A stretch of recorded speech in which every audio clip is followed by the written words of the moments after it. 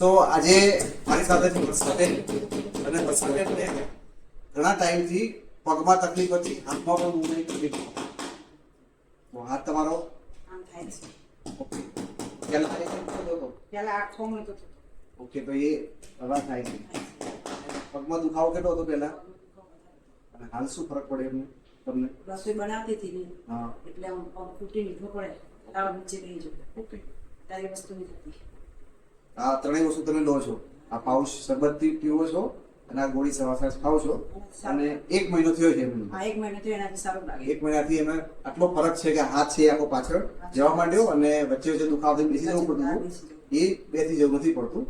Normally અમે આ વસ્તુ 8 થી 9 મહિના માટે આપીએ છીએ. તેનાથી એમને મોટા ભાગનો રાહત થાય છે, પણ 1 મહિનામાં શરૂઆત એમની સારી થઈ છે. બરાબર? કોઈ આડઅસર થઈ જાય તમને?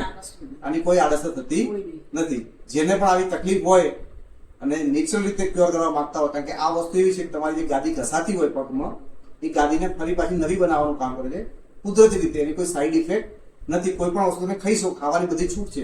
છાશ ખાવી હોય પણ તો પણ આમાં ખાઈ શકો છો. જો તમને પણ તમારા ઘરની અંદર કોઈ વ્યક્તિ હોય અને જેને આવા પ્રોબ્લેમમાંથી બહાર નીકળવું હોય તો આ કુદરતી વસ્તુ વાપરવાથી તમને ફાયદો થઈ શકે છે. મારો કોન્ટેક્ટ નંબર લખ્યો છે, એના પર કોન્ટેક્ટ કરી તમે તમારા પરિવારના લોકોને સ્વસ્થ બનાવી શકો. Thank you. આનાથી મને બહુ સારું લાગે. ઓકે.